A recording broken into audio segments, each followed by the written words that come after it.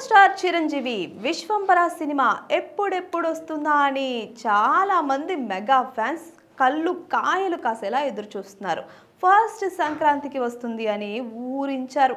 కానీ తర్వాత Charan game changer cinema కోసం తండ్రి కొంచెం వెనక్కి తగ్గి తన సినిమాని పోస్ట్పోన్ చేశారని అన్నారు. కొందరేమో సైన్స్ ఫ్యాంటసీ సినిమా కాబట్టి గ్రాఫిక్స్ వర్క్కి టైం పడుతుందని అన్నారు.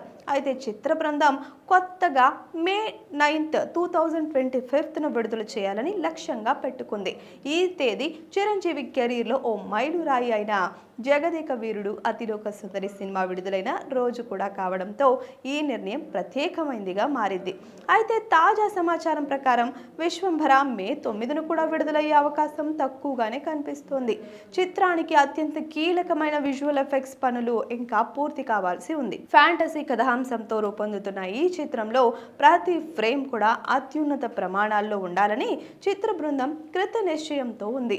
అందువల్ల ఈ సినిమాను 2025 ఆగస్టు తరువాతే విడుదల చేసే అవకాశం ఉంది.